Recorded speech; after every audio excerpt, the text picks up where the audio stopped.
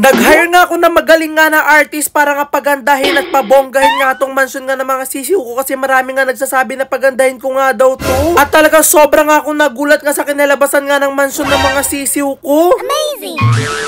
So mga kapudi, ayan, so nung isang araw nga, nung in-upload ko nga yung video na ginagawa nga natin tong mansion nga ng mga sisiw ko, ayan, nung ginagawa nga yan, nag-comment nga ako sa video na yon at tinanong ko nga kayong mga followers ko nga kung gusto nyo nga kulayan tong ano na to, etong mansion nga na to ng mga sisiw ko. At habang nagbabasa nga ako sa comments, ayan, so meron ako ng mga nabasa, tinanong ko kasi kung gusto nilang kulayan nga tong mansion ko. Ayan, sabi ni Ma'am Sarah, kulayan mo kapudi para mas lalong maging mansion. Ayan, kulayan ko daw tong mansion to ng mga sisiw para daw talaga mas lalong gumanda. Ayan, tapos sabi naman ni Ma'am Jess, Alexis, kulayan niya para mas maging maganda. Ayan, puro ganyan yung comments ni Sir Merdinho Dantes. Ayan, kulayan mo boss, yung kulay daw ng mga sisiw.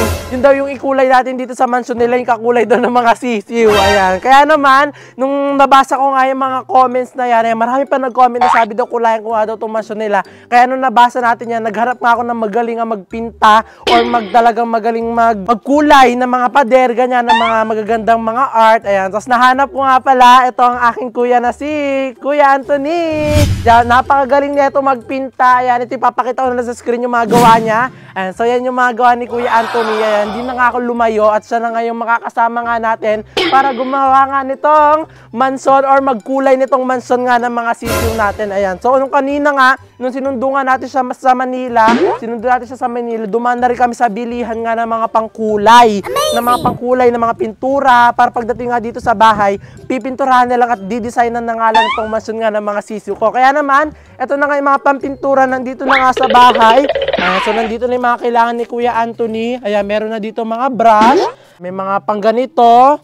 Tapos, ito na yung mga pintura. Iba-ibang kulay yan. Sinunod namin yung nasa comment na kulayan ko daw tong mansion ng mga sisiw ko na kasing kulay doon ng mga sisiw ko. Kaya talagang bumili kami ng mga kulay na kakulay ng mga sisiw ko. Ayan. So, sobrang excited ko na magawa ni Kuya Anthony kasi alam ko magaling talaga siya sa pagpipinta. So, ano pang hinihintay natin para mapaganda na tong mansion nga ng mga sisiw ko? Umpisahan na natin ang pintahan dito sa ating mansion. Tara na! Ayan. So, sinabi ko nga kay Kuya Anthony nga na gusto ko nga maging design nga ng mansion nga nila. Ayan, gusto ko nandun nga yung mga sisiw ko, gusto ko nga nandun ako, tapos gusto ko nga buhay na buhay nga yung mansion nga nila para talagang pagkakita pala ng bisita or makakakita nga ng kulungan nila, talagang mga sisiw yung laman, hindi aso, hindi pusa.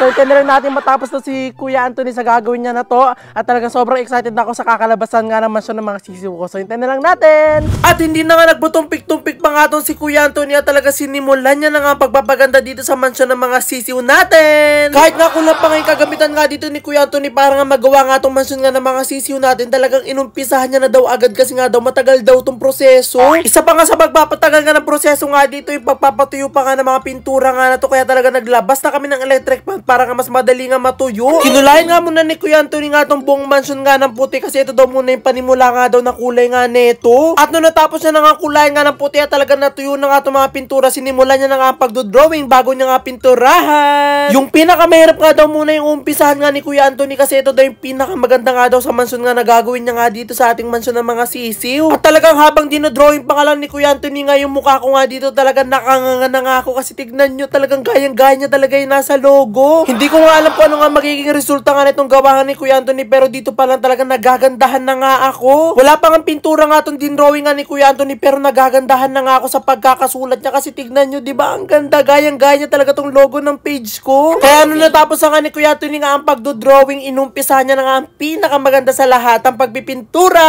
Kung makikita nyo nga dito sa video na mukhang madali nga lang yung ginagawa nyo, pero believe me, sobrang hirap talaga na pati siya nahihirapan nga. Ito pa nga lang yung nagagawa nga sa mansion ng mga sisiw ko, pero ilang oras na nga ang ginugol dito ni Kuya Anthony at ito pa lang talaga yung nagagawa niya. Akala ko pa nga nung una na sobrang dali nga lang nito na hindi nga kami aabuti ng gabi, pero inabot nga kami ng gabi. Multitasking na nga dito si Kuya Anthony habang ginagawa niya pa nga itong baba, talagang inumpisahan niya na rin yung bubong nga nitong mansion ng mga sisiw ko. At ang gagawin nga design nga dito sa bubungan ng mga sisiw ko ay yung special request ko nga yung rainbow. Hindi pa nga nagagawa nga tong mansion nga na to, pero yun na talaga nasa isip ko na ipagawa nga dito at gusto ko nga yung kakulay nga ng mga sisiw ko. Sinabi ko nga dito kay Kuya Anthony na gusto ko nga lagyan nga ng rainbow nga tong mansion nga ng mga sisiw ko, pero hindi ko nga sinabi ko ano nga design, kaya siya na nga bahala dito. So ito na nga mga kapudi, ayan. So time check, anong oras na ba? 9:07 na at ito na, nagagawa na nga ating mansyon ng mga sisiw. Unti-unti na nga siyang gumaganda. Yan, unti na rin nagawa itong ating ano dito.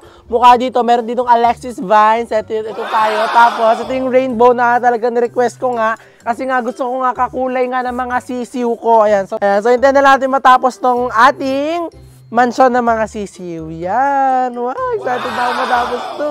Dito ko nga napagtanto nga sa mga oras na to na sobrang hirap nga ng ginagawa nga ni Kuya Anthony kasi tignan nyo, ito palang part na nagagawa niya pero mukhang aabutin kami ng madaling araw. 3 PM nga namin sinimulan to at 9 PM na nga sa mga oras na to at ito pa nga lang yung nagagawa ni Kuya Anthony at hindi pa nga nagagawa yung pinakalikod. Kaya talagang kulang-kulang pa nga to at sa tingin ko aabutin na talaga kami ng madaling araw nga sa pagpapagawa nga nitong mansyon ng mga sisiw ko. 10 PM nga dumating nga bigla si Mama dito at talaga nagulat din si Mama at nagandahan nga siya dito sa ginagawa nga ni Kuya Anthony. At akala nga ni Mama tapos na nga yung likod nga nito pero nagulat nga siya na ito pa nga lang harapan yung nagagawa namin pero kanina pa nga kami nag-umpisa. At bumalik na nga tayo dito at isa nga pala sa mga nirequest ko nga kay Kuya Anthony na gusto ko nga ng rainbow pero ang gusto ko yung mga sisiw ko ang nasa taas ng rainbow. Ang gusto ko nga dito yung parang nga naglalaro nga sila sa taas ng rainbow tas maraming ang ulap at ginawa naman ni Kuya Anthony nga yun. At kung ano ang gusto mong ipagawa nga dito kay Kuya Anthony talagang nagagawa niya nga na talagang sobrang ganda pa sa ini-expect mo. At maya nga lang ito na nga kinalabasan nga ng bubunga ng mga sisiw ko at talaga sobrang ganda na nga ng kinalabasan. Kaya nung natapos na nga si Kuya Anthony doon, bumalik na nga siya dito sa pinakababa kasi dito pa nga yung marami siyang hindi pa nga natatapos. At dahil lagi nyo nga sinusuportahan at lagi kayo nakatutok about sa mga sisiw ko, kaya naman gumawa na nga tayo ng